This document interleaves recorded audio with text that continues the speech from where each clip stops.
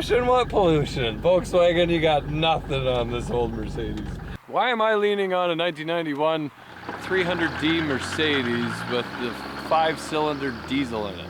Well, it was the right thing at the wrong time. Stefan's neighbor had this car and he said, "Rich, do you want a 300D Mercedes?" And I said, "No, I don't."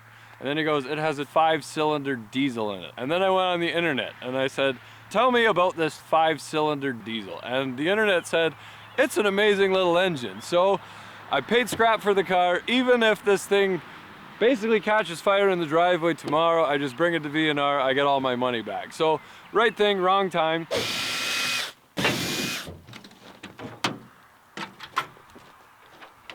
So a few things with this car. The trunk doesn't latch.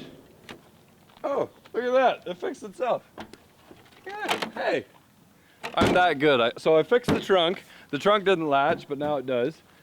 We got some random used car salesman fixes here and there. It's like, yeah, no, that's supposed to look like that. That's just the light hitting it.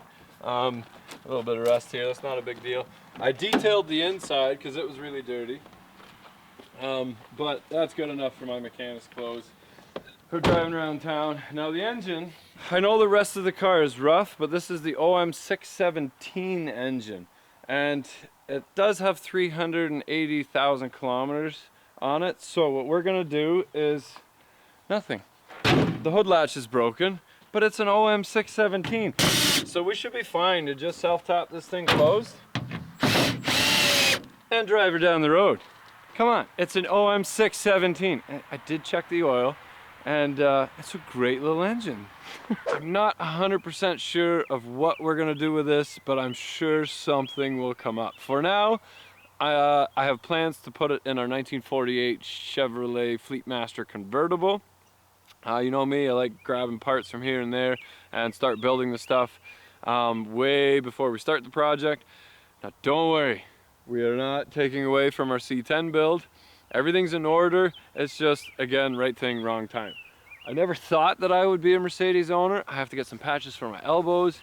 I have to walk around with my nose a little bit higher, let everybody know that I drive a Mercedes. Or I could, with these rims, I just had to put them on because the tires were no good. I might have to put the seat way down and change my taste in music and drive with the steering wheel this low. I'm not sure which way I'm gonna go yet, but I do know that it's actually in not so bad a shape. The body's pretty well shot, but the brakes are in really good shape. It starts, it moves, it doesn't downshift, but it's really good on diesel. So I'll probably just bomb around in town with it for a little bit until we decide what to do with it. Make sure that nothing funny arises, or I kind of get a feel for the engine so that once it's in the car, we know what we got.